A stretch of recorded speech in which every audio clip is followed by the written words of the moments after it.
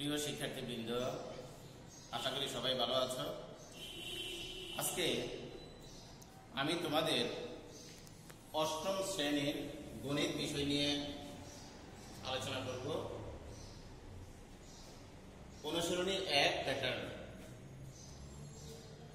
সর্বপ্রথম দেখো, এই চ্যাপ্টারে কয়েকটা জিনিস রয়েছে যেগুলো না জানলে এই চ্যাপ্টারের গণিতগুলি করা তোমাদের জন্য খুবই কঠিন। 1 নাম্বার, যেমন ফিবোনাকি সংখ্যা কি, এই জিনিসগুলো জানতে হবে। মৌলিক সংখ্যা কি এটা জানতে হবে, তারপর আমরা একটা সৃজনশীল করাবো। সর্বপ্রথম দেখো, ফিবোনাকি সংখ্যা কি এটা একটু খেয়াল করো তোমরা। আমি আগে বলি ফিবোনাকিটা কি। পরপর দুইটি সংখ্যার যোগফল পরবর্তী সংখ্যার সমান হলে তাকে ফিবোনাকি সংখ্যা বলে। যেমন আমি এখানে লিখলাম 1 1, পরপর দুইটি সংখ্যা, এটা আর এটা যোগ করো, এখন কত হয় 2, আবার এই 2 আর 1 যোগ করো কত হয় 3, আবার 3 আর 2 যোগ করো কত হয় 5। এভাবে আমাদের সামনে যেতে হবে। এটা হচ্ছে একটা ফিবোনাকি সংখ্যা।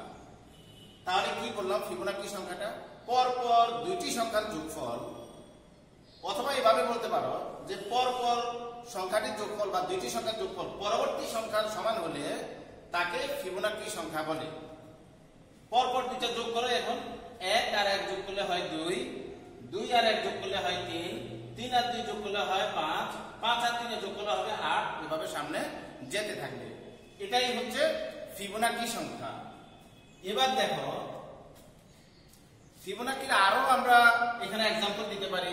যেমন আমরা এখানে যদি বলি 0, তারপর হচ্ছে কত 1, এখন এই দুইটা যোগ করো কত হয় 1 হয়, আবার এই 1 1 যোগ করো কত হয় 2 হয়, আবার 2 আর 1 যোগ করো 3 হয়। এই যে আরেকটা ফিবোনাকি সংখ্যা আমরা লিখলাম। এভাবে তোমরা অনেক एग्जांपल দিতে পারো। এবার পরেরটা দেখো, 2 নাম্বারটা হচ্ছে মৌলিক সংখ্যা কি। মৌলিক সংখ্যা কি এই সম্পর্কে জানতে হলে, মৌলিক সংখ্যাটা হচ্ছে যে সংখ্যা কমপক্ষে 2টি গুণনীয়ক থাকে, 2টি। আর একটু সহজভাবে বলি, যে সংখ্যাটিকে 1 এবং তার নিজ সংখ্যা ছাড়া অন্য কোনো সংখ্যা দিয়ে ডিভাইড করা যায় না বা ভাগ করা যায় না, সেটাই হচ্ছে মৌলিক সংখ্যা। একটা জিনিস খেয়াল করো এখানে, যেমন আমি এখানে 2 লিখলাম, 2 কিন্তু একটা মৌলিক সংখ্যা, কারণ এই 2 কে 2 দিয়ে ভাগ করা যায়। এই 2 কে আমরা কত দিয়ে ভাগ করতে পারি, 2 দিয়ে, কত হয় 2 একে 2। আবার এই 2 কে আমরা 1 দিয়ে ডিভাইড করতে পারি, কত হয় 2 একে 2। দেখো, 1 এবং তার নিজ সংখ্যা ছাড়া অন্য কোনো সংখ্যা দিয়ে এটাকে ডিভাইড করা যায় না। তাহলে আমরা বলবো 2 একটা মৌলিক সংখ্যা। সেম 3 একটা মৌলিক সংখ্যা, কারণ 3 কে 3 দিয়ে ভাগ যায় আর 1 দিয়ে ভাগ যায়, এছাড়া আর কোনো সংখ্যা দিয়ে ডিভাইড করা যায় না। তাহলে 3 একটা মৌলিক সংখ্যা। কিন্তু যদি বলি 4 কি একটা মৌলিক সংখ্যা, 4 মৌলিক সংখ্যা নয়। কারণ দেখো, 4 কে 4 দিয়ে ভাগ যায়, 4 কে আমরা 4 দিয়ে ভাগ করতে পারি, অর্থাৎ এটা 2টার বেশি গুণনীয়ক রয়েছে। এই 4 এর গুণনীয়ক 2 এর বেশি। যার গুণনীয়ক কমপক্ষে দুইটি গুণনীয়ক থাকবে, যার সেটাই হচ্ছে মৌলিক সংখ্যা। তার মানে 4 কে 4 দিয়ে ভাগ করা যাবে। দেখো, 4 কে আমরা 4 দিয়ে ভাগ করতে পারি, 4 একে 4। আবার 4 কে আমরা 1 দিয়ে ভাগ করতে পারি, 4 একে 4। আবার 4 কে আমরা কত দিয়ে ভাগ করতে পারি, 2 দিয়ে ভাগ করতে পারি, 2 দ্বিগুণে 4। তাহলে দেখো, এটা কিন্তু গুণনীয়ক অনেকগুলি রয়েছে, অর্থাৎ 2টার বেশি গুণনীয়ক রয়েছে। যে সংখ্যাটার গুণনীয়ক 2টার বেশি থাকে সেটা মৌলিক সংখ্যা নয়। তাহলে মৌলিক সংখ্যা বের করার আরেকটা সহজ পদ্ধতি তোমাদেরকে দেখায়। যেমন তোমাদের পরীক্ষায় সাধারণত মৌলিক সংখ্যা 1 থেকে 100 এর মধ্যে থাকে। এখন মৌলিক সংখ্যা কি, মৌলিক সংখ্যাগুলি দেখো, মনে রাখবা 4422 322 321। এটা কি লিখলাম, এগুলি হচ্ছে মৌলিক সংখ্যা। যেমন আমি যদি বলি 1 থেকে 10 এর মধ্যে মৌলিক সংখ্যা কয়টি, 4টি। 1 থেকে 10 এর মধ্যে মৌলিক সংখ্যা 4টি। আবার 10 থেকে 20 এর মধ্যে মৌলিক সংখ্যা 4টি। 20 থেকে 30 এর মধ্যে মৌলিক সংখ্যা 2টি। 30 থেকে 40 এর মধ্যে মৌলিক সংখ্যা 2টি। এভাবে 100 পর্যন্ত টোটাল মৌলিক সংখ্যা হচ্ছে 25টি। 1 থেকে 100 এর ভিতরে মৌলিক সংখ্যা হচ্ছে 25টি। এবার দেখো, এই মৌলিক সংখ্যাগুলি বের করার আরেকটা সূত্র আমরা জানি, তোমরা বের করা সহজ একটা সূত্র রয়েছে 6n প্লাস মাইনাস 1। এখানে আমরা ব্র্যাকেটে 5 আর 7 রেখে দিলাম। একটু খেয়াল করো ব্যাপারটা, এটা হচ্ছে আমাদের সূত্র। এই যে মূল সূত্র কিন্তু এটা, দেখো মৌলিক সংখ্যাগুলি, এই সূত্রটা শুধু 1 থেকে 100 এর মধ্যে মৌলিক সংখ্যা বের করার ক্ষেত্রে, অন্য ক্ষেত্রে না, 100 এর উপরে নয়, 1 থেকে 100 এর মধ্যে। যেমন 6 কে ভাঙালে আমরা কি পাই? 2 আর 3। একটা জিনিস খেয়াল করো, এবার এই শুধু 6 কে প্রথম ভাঙিয়ে আমরা দুইটা সংখ্যা লিখব। এখন n এর জায়গায় তোমরা 1 বসাও। n এর জায়গায় যদি আমরা 1 বসাই তাহলে কি হয় দেখো, 6 একে 6, 6 থেকে 6 মাইনাস 1, তাহলে 6 থেকে যদি আমরা 1 বাদ দিয়ে দিই কি থাকে? 5। তাহলে আমাদের 5, এই যে একটা মৌলিক সংখ্যা বের হয়ে গেল। এবার দেখো 6 এর সাথে, অর্থাৎ এখানে যদি n এর মানটা আমরা 1 বসাই তাহলে কত হবে? 6 একে 6, 6 এর সাথে যোগ 1 যোগ করে তাহলে কত হয়? 7। এই যে 7 আরেকটা মৌলিক সংখ্যা বের হয়ে গেল। এবার দেখো তাহলে আমরা প্রথমে n এর মানটা কত বসালাম? n এর মানটা আমরা 1 বসালাম, n এর মানটা 1 বসালাম। এবার n এর মানটা আমরা 2 বসাবো। n এর মানটা যদি 2 বসাই তাহলে কত হয়? 6 দুগুণে 12। 12 থেকে তোমরা কি করো? 1 বাদ দাও, যে বিয়োগ 1 মাইনাস 1, 1 বাদ দিলে কত হয়? 11। আবার 6 দুগুণে 12, n এর মান কিন্তু 2 ধরছি আমরা। 6 দুগুণে 12, 12 এর সাথে আবার 1 যোগ করো, এই যে যোগ 1, তাহলে কত হয়? 13, অর্থাৎ 13। এই 13 একটা মৌলিক সংখ্যা। এবার দেখো n এর মানটা আমরা 2 বসালাম। এবার যদি n এর মানটা আমরা 3 বসাই, n এর মানটা 3 বসালে কি হবে? দেখো 3 6 18, 18 থেকে বিয়োগ 1 বাদ দাও, তাহলে কত হয়? 17। আবার n এর মানটা যদি 3 থাকে, 3 6 18, 18 এর সাথে 1 যোগ করো, কত হয়? 19। দেখো এইভাবে কিন্তু মৌলিক সংখ্যাগুলি বের হয়ে যাচ্ছে। এটা হচ্ছে কিসের ক্ষেত্রে? 1 থেকে 100 এর মধ্যে মৌলিক সংখ্যা বের করার একটা কৌশল। তবে হ্যাঁ, আমরা এখানে যে মৌলিক সংখ্যাগুলি বের করব, ওই মৌলিক সংখ্যা, ওই সংখ্যাগুলোর কোনোটাকে যদি 5 অথবা 7 দিয়ে ডিভাইড করা যায় তাহলে বুঝবো যে সেটা মৌলিক সংখ্যা নয়। আমি একটা एग्जांपल দিই। যেমন আমরা যদি এখানে 6 বসাই, দেখো 6 যদি বসাই, n এর মানটা যদি আমরা 6 বসাই তাহলে কত হয়? 6 6 36। 36 থেকে যদি আমরা বিয়োগ 1 দিয়ে দিই তাহলে কত থাকে? 35। 35 কে কিন্তু 5 দিয়ে ভাগ যায়, 5 7 35। তাহলে এটা মৌলিক সংখ্যা নয়। এই জন্য আমি ব্র্যাকেটে লিখে দিয়েছি কত? 5 আর হচ্ছে 7। অর্থাৎ আমরা সূত্রের সাহায্যে যে সংখ্যাগুলি এখানে বের করব সেগুলোর কোনোটাকে যদি 5 অথবা 7 দিয়ে ডিভাইড করা যায় তাহলে বুঝবা যে সেগুলি মৌলিক সংখ্যা নয়। ওকে, আশা করি তোমরা মৌলিক সংখ্যা বুঝতে পারছো। এবার আসো আমরা একটা সৃজনশীল করাবো।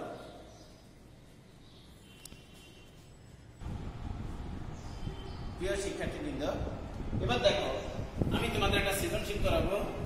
সৃজনশীলটা কি? আগে আমরা একটু তালিকাটা খেয়াল করি। এখানে হচ্ছে 5 13 21 29 37। তালিকার এই সংখ্যাগুলো আমরা দিলাম। কতে আমরা কি করছি? প্রশ্নটা কি করছি দেখো, 29 ও 37 কে দুইটি বর্গের সমষ্টি রূপে প্রকাশ করো। 29 ও 37 কে দুইটি বর্গের সমষ্টি রূপে আমাদের প্রকাশ করতে হবে। তাহলে কোন নাম্বারটা আমরা কিভাবে করব একটু খেয়াল করো। লিখবো এখানে প্রথমে হচ্ছে 29, এটাকে দুইটি বর্গের সমষ্টি রূপে আমাদের প্রকাশ করতে হবে। তাহলে এটাকে দুইটি বর্গের সমষ্টি রূপে আমরা কিভাবে প্রকাশ করব? এমন একটা সংখ্যা বলবা যে সংখ্যাটার উপরে স্কয়ার করলে 29 এর কাছাকাছি হয়। যেমন মনে করো 29 এর কাছাকাছি একটা সংখ্যা আমরা বলি। যেমন আমরা যদি বলতে পারি, এখানে যদি আমরা কত বলতে পারি? 5 স্কয়ার। দেখো তো 5 স্কয়ার লেখা যায় কিনা এখানে? 5 স্কয়ার কিভাবে? কারণ 5 5 কত? 25। যদি আমরা 6 স্কয়ার এখানে দেই তাহলে হয়ে যায় 6 6 36। অর্থাৎ 29 থেকে বেশি হয়ে যায়, 29 থেকে বেশি হওয়া যাবে না। মানে যে সংখ্যাটাকে আমরা স্কয়ার করব বা দুইটি বর্গের সমষ্টি রূপে প্রকাশ করব সেটা যাতে ওই সংখ্যাটার উপরে না হয়। তাহলে এখানে কত হলো? 5 5 25। এখন 29 হতে আর কত দরকার? আরো 4 দরকার। তাহলে 4 কে আমরা কি লিখতে পারি? 2, অর্থাৎ 2 স্কয়ার। এবার দেখো 5 5 25 আর হচ্ছে 2 এর উপর স্কয়ার করলে কত হয়? 4। তাহলে 4 আর 25 কত হয়? 29।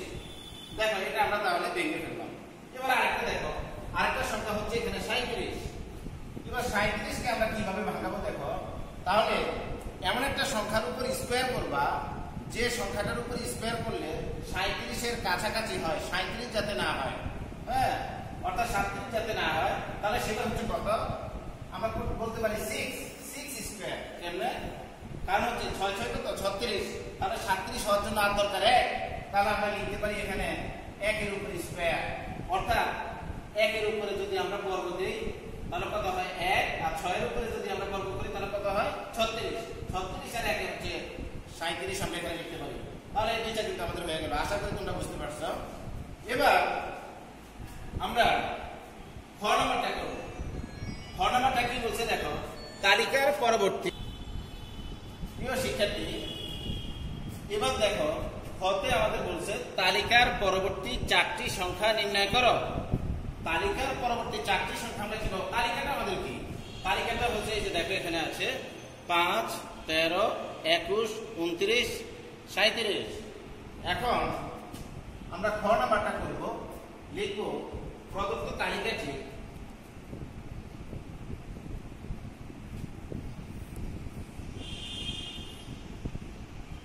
তালিকাটি আমাদের কি এখানে একটু দেখো, আমরা এটা উঠাই 5, 13, 21, 29, 5, 13, 21, 29, তারপরে কত আছে 37। আমরা এখানে লিখলাম 37। এবার দেখো প্রদত্ত তালিকাটি আমরা এখানে বের করলাম, এটা একটা আরেকটার মধ্যে ডিফারেন্স কত, পার্থক্য কত, এটা আমাদের দেখতে হবে। যেমন 5 আছে 13 হলো কত হলে দেখো এখানে আমরা একটু দেখাই দিই, এখানে 8 হলে, আবার 13 থেকে 21 এর ডিফারেন্স হচ্ছে কত 8, 21 থেকে 29 এর ডিফারেন্স কত, প্রত্যেকটাই ডিফারেন্স 8 করে, খেয়াল করো 8, প্রত্যেকটা এদিকে আমরা লিখে দিতে পারি পার্থক্য, অর্থাৎ পার্থক্যটা আমাদের প্রত্যেকটা 8 করে। আমরা লিখব যেহেতু প্রতিবার পার্থক্য 8 করে বৃদ্ধি পাচ্ছে, যেহেতু প্রতিবার পার্থক্য 8 করে বৃদ্ধি পাচ্ছে, দেখো এখানে 5 এর সাথে যদি আমরা 8 যোগ করি 13, 13 এর সাথে 8 যোগ করলে কত হয় 21, 21 এর সাথে 8 যোগ করলে 29, 29 এর সাথে 8 যোগ করলে কত হবে 37। এখন পরবর্তী সংখ্যাগুলি তাহলে আমরা কিভাবে বের করব? আবার 37 এর সাথে অর্থাৎ 37 এর সাথে আমরা আবার 8 যোগ করব, তাহলে এরপরের সংখ্যাটা পাবো। ওই সংখ্যার সাথে আবার যদি 8 যোগ করি তাহলে এরপরের সংখ্যা পাবো। এভাবে আমাদের বের করতে হবে। তাহলে লিখব যেহেতু প্রতিবার পার্থক্য 8 করে বৃদ্ধি পাচ্ছে, সুতরাং পরবর্তী 4টি সংখ্যা হলো, আমরা এখন পরবর্তী 4টি সংখ্যা বের করব কিভাবে দেখো, কারণ লাস্ট সংখ্যাটা এখানে কত, লাস্ট সংখ্যাটা হচ্ছে আমাদের 37, এটার সাথে আমরা যোগ করব কত 8 যোগ করলে দেখো কত আসে 7, 8, 15, 15, 5, 7 আছে 1, 4, 45। তাহলে এর পরের সংখ্যাটা আমরা পেয়ে গেলাম এখানে 45। এবার দেখো যদি বলি এটার পরের সংখ্যাটা কত, তাহলে আমরা 45 এর সাথে আবার 8 যোগ করে দিব। 8 যোগ করলে কত হয় দেখো 13, 3 হাতে আছে 1, 5, তাহলে এখানে কত আসে 53। তাহলে এর পরের সংখ্যাটা আমরা পেলাম 53। এটার পরের সংখ্যাটা আমরা বের করব যোগ 8, তাহলে কত হয় 61। 8 8 3 হচ্ছে 11, 1 হাতে আছে 1, 6, 61। এরপরে সংখ্যাটা আমরা কত পাবো 61 যোগ আবার 8, তাহলে কত পাওয়া গেল 9 আর 6 69। তাহলে দেখো আমাদের প্রশ্নে বলছে যে তালিকার পরবর্তী 4টি সংখ্যা নির্ণয় করো। তাহলে তালিকার পরবর্তী 4টি সংখ্যা কিন্তু আমাদের বের হয়ে গেল। এখানে ছিল 37, এটার সাথে আমরা 8 যোগ করলাম হয়ে গেল 45, আবার এটার সাথে 8 যোগ করলে 53, আবার এটার সাথে 8 যোগ করলে কত হয় 61, 61 এর সাথে আবার 8 যোগ করলে 69। তাহলে কয়টা সংখ্যা হলো 1, 2, 3, 4। আমাদেরকে 4টা বের করতে বলছে, 4টা বের হয়ে গেল। তাহলে আমরা এখানে উত্তর লিখব কি, উত্তর লিখব আমাদের 45, 53, 61, 45, 53, 61 আর হলো 69। ব্যাস আমাদের তাহলে 4টি সংখ্যা হয়ে গেল। এভাবে আমাদের খ করতে হবে। এবার দেখো আমরা গ নাম্বার অঙ্কটা করব। গ নাম্বার,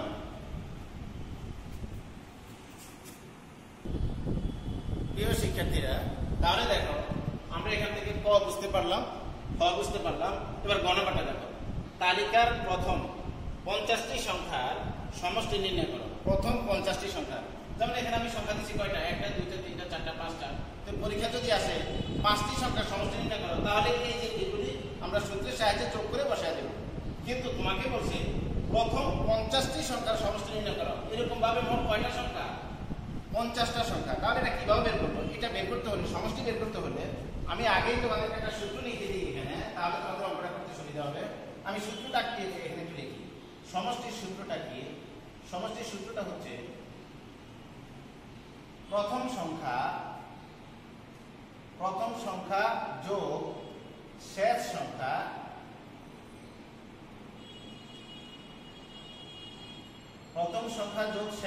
বাই 2 গুণ এখানে হবে পদ সংখ্যা। তাহলে দেখো সমষ্টির সূত্রটা হচ্ছে কি, প্রথম সংখ্যা যোগ শেষ সংখ্যা বাই 2 ইনটু হচ্ছে পদ সংখ্যা। এবার সূত্রটা কেন লিখলাম একটু পরে বুঝবা। তাহলে আমরা আগে দেখি গ নাম্বারটা করি। গ নাম্বারের মধ্যে তালিকা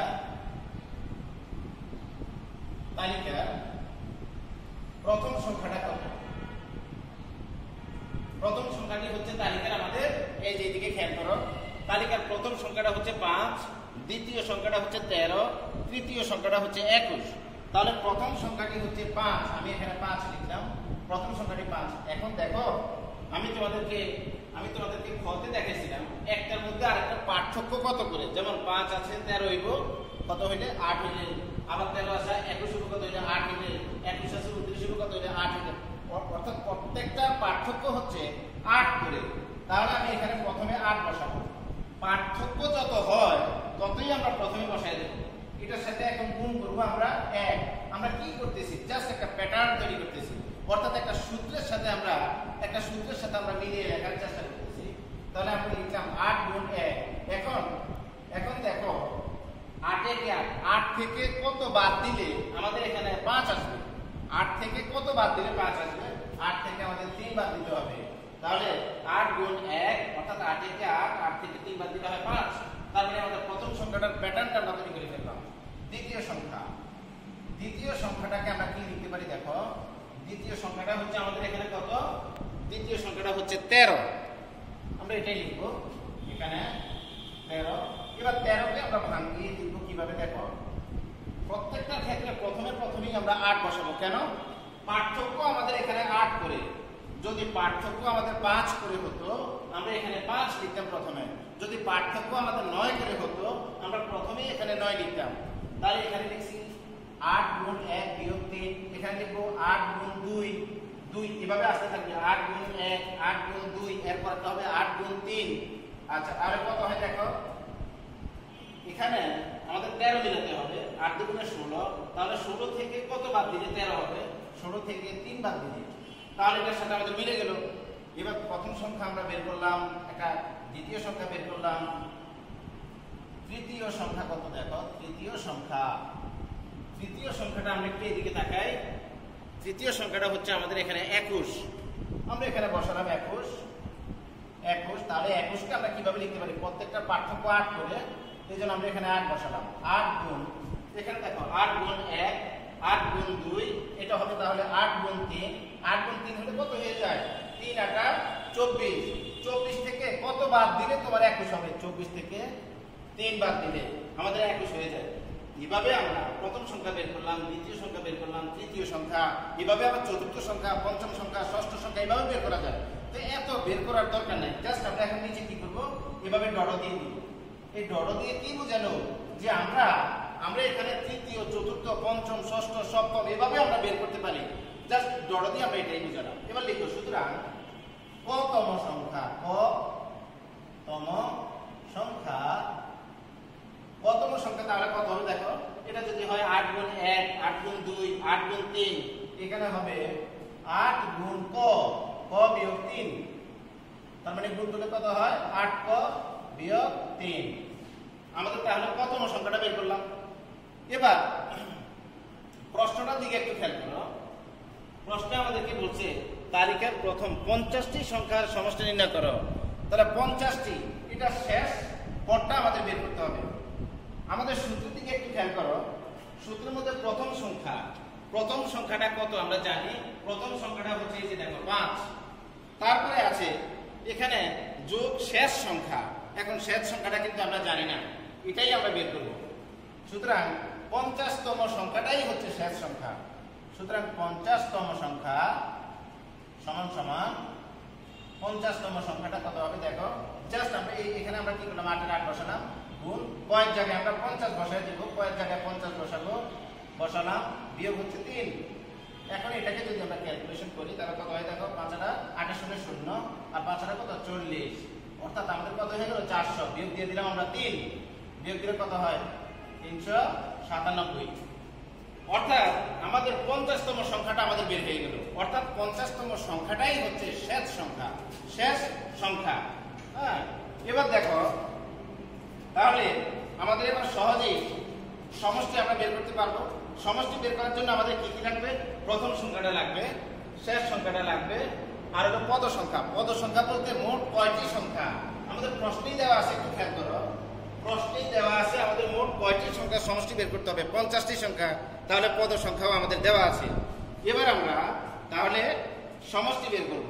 এবার সমষ্টিটা কিভাবে বের করতে হয় একটু খেয়াল করো, এখানে লিখব। সুতরাং সমষ্টি সমান আমরা আগে সূত্রটা বসিয়ে ফেলি। প্রথম সংখ্যা যোগ শেষ সংখ্যা, প্রথম সংখ্যা যোগ শেষ সংখ্যা ভাগ 2 ইনটু হচ্ছে পদ সংখ্যা ইকুয়াল। এবার দেখো এখানে প্রথম সংখ্যাটা কত, প্রথম সংখ্যাটা হচ্ছে, তাহলে আমরা সমষ্টি সূত্রটা তো এখানে বসালাম। প্রথম সংখ্যা যোগ শেষ সংখ্যা বাই 2 অর্থাৎ 2 ইনটু হচ্ছে পদ সংখ্যা। এবার প্রথম সংখ্যাটা দেখো তালিকার মধ্যেই আমাদের আছে যে প্রথম সংখ্যাটা কিন্তু আমাদের এখানে 5, অথবা তোমরা এখানে দেখতে পারো এই যে প্রথম সংখ্যাটা কিন্তু 5। তো আমরা প্রথম সংখ্যা এখানে 5 লিখলাম, যোগ যোগের যোগ বসালাম। শেষ সংখ্যাটা কত, শেষ সংখ্যা বলতে এখানে 50তম সংখ্যাটা কত আসছে আমাদের দেখো। 50 নম্বর পদটা কত, 50তম সংখ্যাটা হচ্ছে 397।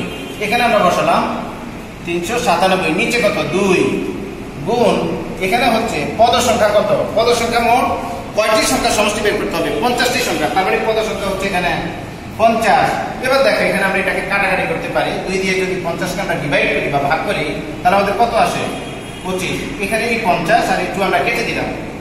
এরপরে লাইন দেখো ইকুয়াল, আমরা 397 সাথে আমরা এই 5 কি করব, যোগ করব। যদি যোগ করি তাহলে কত হয় 402। যোগ করলে এটার সাথে গুণ হবে 25। এটার সাথে গুণ কত দেখো 25। এখন 25 দিয়ে আমরা এটাকে গুণ করব। গুণ করলে কি আসে দেখো, একবার আমরা গুণ করে দিই, তোমরা ক্যালকুলেটরের সাহায্যে গুণ করে বসাবা। 25 দিয়ে যদি 25 দিয়ে 50, 50 এর 0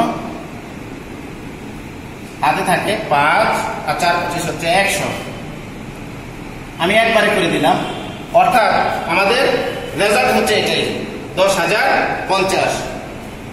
তাহলে আমাদের সমষ্টিটা বের হয়ে গেল। এখানে মোটামুটি আমাদের শেষ। আশা করি তোমরা সবাই বুঝতে পেরেছ। তো এইভাবে বাসায় প্র্যাকটিস করবা।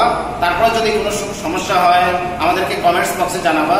আমরা নেক্সট ক্লাসে চেষ্টা করব সেটাকে আরো ভালোভাবে তোমাদেরকে বুঝিয়ে দেওয়ার জন্য। ওকে ছাত্রছাত্রীরা, আশা করি তোমরা বাসায় অবশ্যই ভালোভাবে প্র্যাকটিস করবা। তাহলে তোমরা ভালো থাকো, সুস্থ থাকো। এই কামনা, আল্লাহ হাফেজ।